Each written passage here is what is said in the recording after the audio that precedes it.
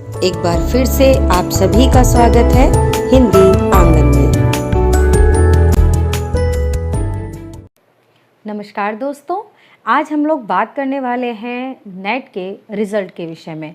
आप सभी को जानकारी होगी कि कल यूजीसी नेट का रिज़ल्ट आया है, जिसमें काफ़ी सारे बच्चों ने जेआरएफ और असिस्टेंट प्रोफेसर क्लियर किया है।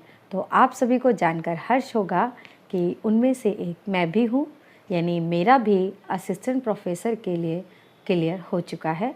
मैं भी नेट क्वालिफाई कर चुकी हूँ और मैं आपको बता दूँ, ये मेरा फर्स्ट अटैम्प्ट था, क्योंकि इससे पहले मैंने कोई भी नेट एग्ज़ाम नहीं दिया है।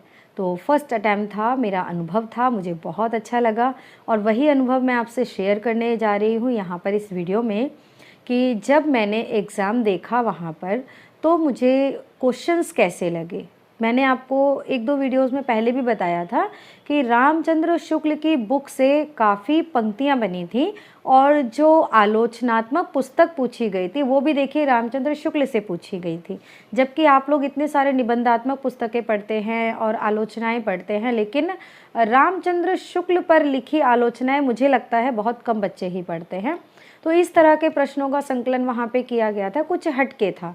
तो यहाँ पर मैं आपको ये कहना चाहूँगी, कभी भी जब हम लोग तैयारी करते हैं तो तैयारी का जो बेस होना चाहिए वो केवल रट्टा नहीं होना चाहिए। हमारी तैयारी का जो बेस होना चाहिए ना, वो कॉन्सेप्ट का क्लियर होना बहुत ज़रूरी है। किस तरीके से कि आप जान रहे हैं आजकल पद्धति बिल्कुल बदल गई है, शिक्षा पद्धति बिल्कुल बदल रही है और जितना भी बुक्स में रटा हुआ आप पढ़ते हैं रटते हैं, उसमें हमारी एनर्जी भी बहुत लगती है, मेहनत भी बहुत लगती है, कहीं ना कहीं हम हिम्मत हारने लग जाते हैं। लेकिन वहीं यदि हम कॉन्सेप्ट पर उतनी मेहनत करें, कॉन्सेप्ट पर उतना काम करें, तो उस कॉन्सेप्ट से संबंधित जितने भी प्रश्न बनते हैं, चाहे आपके यूजीसी नेट में ले लीजिए, चाहे आप असिस्टेंट प्रोफेसर में ले लीजिए, किसी भी एग्ज़ाम में ले लीजिए, मैं ये नहीं मानती कि यदि आपका कॉन्सेप्ट क्लियर है तो कोई भी प्रश्न छूट सकता है वहाँ से।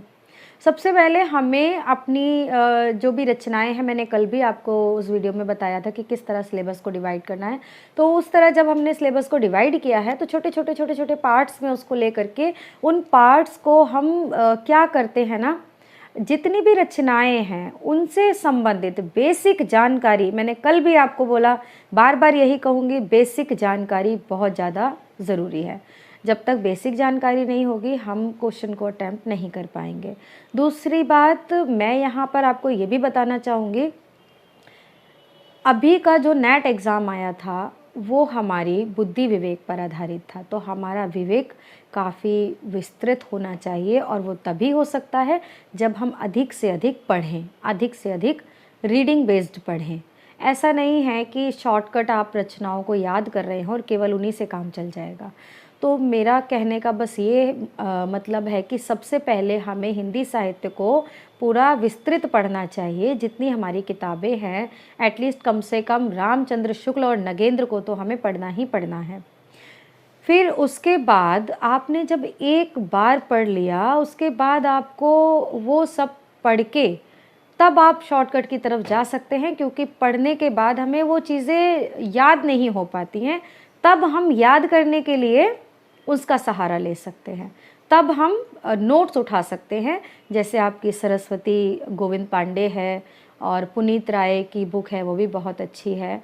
अदर आपके और इसके अलावा क्वेश्चन सेट हो गए। लेकिन जब आप ये सब करेंगे ना, तो उससे पहले तो आपको रीडिंग बेस्ड बहुत ज़रूरी है ना, रीडिंग प्रोसेस आपका कंप्लीट होना बहुत ज़रूरी है ना, कि उसमें है क्या, कितना है। तो इस पर आप पहले काम कीजिए। तो मैं यहाँ इस वीडियो में इतना ज़्यादा नहीं बताऊँगी, बस मैं इतना ही कहना चाहूँगी। और आप किसी भी चीज़ के बारे में जानना चाहते हैं, कैसे मेरा एग्ज़ाम निकला और कैसे कैसे मैंने किया, तो बस मैं इतना ही यहाँ पे कहना चाहूँगी कि मैं निरंतर पढ़ती रही और मुझे अच्छा लगता है रीडिंग करना। जब भी मैं अपने काम ख़त्म करती हूँ तो 1 घंटा 2 घंटा मैं पढ़ती हूँ। मतलब एक होता है याद करना, रट्टा मारना, और एक होता है पढ़ना। मुझे पढ़ना बहुत पसंद है। आप किसी भी कॉन्सेप्ट को ले लीजिए, कोई कहानी ले लीजिए, कोई उपन्यास ले लीजिए, या कोई हम आदिकाल पढ़ रहे हैं, रीतिकाल पढ़ रहे हैं, उनमें से तो वो चीज़ें मैं पढ़ती हूँ डेली। मुझे बहुत अच्छा लगता है इन चीज़ों को पढ़ने के बाद हम लोग क्या कर रहे हैं, एक प्रैक्टिस सेट हमें डेली लगाना है। जो भी एग्ज़ाम आप दे रहे हैं, चाहे वो जीआईसी है, एलटी है, नेट है या यूपी टीजीटी पीजीटी है, जिस पर आपका फोकस है, वहाँ से एक प्रैक्टिस सेट ले लीजिए। एक प्रैक्टिस सेट आपको डेली लगाना है। ये 2 काम तो आपको बेसिक करने ही करने हैं।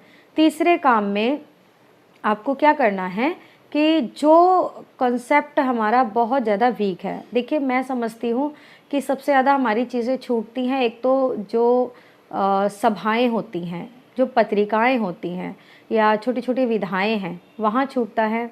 और दूसरा ये क्या कहते हैं, आलोचनाएं हैं, निबंध हैं, यहाँ पर थोड़ा सा कॉन्सेप्ट कमज़ोर रहता है, या जिसमें भी आपका कॉन्सेप्ट कमज़ोर रहता है, तो उनके छोटी सी एक बना लीजिए कि 10 रचनाएं हमें डेली याद करनी है उस वाले कॉन्सेप्ट से जहाँ हमारा वीक है। ठीक है, तो 10 रचनाएं रोज़ याद करनी है। तो इस तरीके से भी आप अपनी तैयारी को आगे बढ़ा सकते हैं। तो मुझे बहुत अच्छा लग रहा है, और ऐसे ही विवेक पर आधारित मैंने ये दिया था एग्ज़ाम। जब मैं एग्ज़ाम हॉल में गई तो मैंने देखा वहाँ पे जब प्रश्न आए, तो सबसे पहले मैंने अपने आप को धैर्य में साधा, आराम से, शांति से उन प्रश्नों को धीरे धीरे रीड किया। धीरे धीरे क्यों रीड करना है, क्योंकि उसमें निहित जो पूछ रहे हैं एग्ज़ामिनर, उसको जानना बहुत ज़रूरी है। कभी कभी हम बहुत जल्दी फ्लो में पढ़ते हैं ना, तो पूछा कुछ जा रहा होता है और समझ हम कुछ और लेते हैं, जिसकी वजह से हमारा आंसर गलत होता है। तो सबसे ज़्यादा वहाँ पर तार्किक प्रश्न थे, तर्क दिया है, निष्कर्ष दिया है, बहुत ज़्यादा अधिक ये वाले प्रश्न थे। तो ये हमारे अपने विवेक और ज्ञान पर आधारित होते हैं। तो इसलिए आराम से प्रश्नों को पढ़ के उन तर्कों को समझना होता है कि वहाँ पर क्या दिया हुआ है, उसका क्या निष्कर्ष निकल सकता है। तो इस तरह मैंने किया और मुझे बहुत अच्छा लग रहा है। आप सभी की दुआओं से मेरा नेट एग्ज़ाम फर्स्ट अटैम्प्ट में ही कंप्लीट हो गया है। मैं आपको अपनी मार्कशीट भी शो करने वाली हूँ, आप देखिएगा। यदि आप सभी मुझसे चाहते हैं कि मैं आपको ऐसे बताऊँ, टिप्स बताऊँ कैसे क्या हुआ, तो बने रहिए मेरी वीडियोज़ में, पढ़ते रहिए मेरे साथ कि जैसे मैंने क्लियर किया वैसे आप भी क्लियर कर सकते हैं। फर्स्ट अटैम्प्ट में ही आपका क्लियर होगा, सेकंड की आपको ज़रूरत नहीं पड़ेगी। और यूपी टीजीटी पीजीटी वाले बच्चों को भी बहुत अच्छे से मैं बता रही हूँ कैसे तैयारी करनी है। तो देखिए, आप सभी देख पा रहे हैं, ये मेरी मार्कशीट है जिसमें मेरी फ़ोटो लगी हुई है और मेरी मम्मी का नाम है, पापा का नाम है और मेरा रोल नंबर मैंने हाइड कर दिया है, आप समझ सकते हैं, और मार्क्स भी हाइड है। उसके नीचे देखिए लिखा हुआ है रिज़ल्ट में कि qualified for assistant professor only, है ना। और मैंने अप्लाई ही असिस्टेंट प्रोफेसर के लिए किया था, क्योंकि जेआरएफ के लिए मेरी एज नहीं थी। तो मैंने जो किया है वो क्लियर हो चुका है, आप सभी देख सकते हैं, मार्कशीट में लिखा हुआ है। और इसी के साथ आप सभी को धन्यवाद, क्योंकि आप सबकी दुआओं ने मुझे बहुत सहारा दिया है और मेरी शुभकामनाएं आपके साथ हैं। आप भी आगे बढ़ें, ऐसे ही पढ़ते रहें, मेरे साथ बने रहें। यदि आपके कोई क्वेश्चन, कोई क्वेरी है तो आप मुझसे पूछ सकते हैं। तो आप सभी बने रहें और वीडियो को लाइक करें, चैनल को सब्सक्राइब करें, और जो भी जिज्ञासाएं, प्रश्न आपके मन में हो मुझे कमेंट करके लिखकर भेजिए, मैं आपके आंसर ज़रूर दूंगी। धन्यवाद।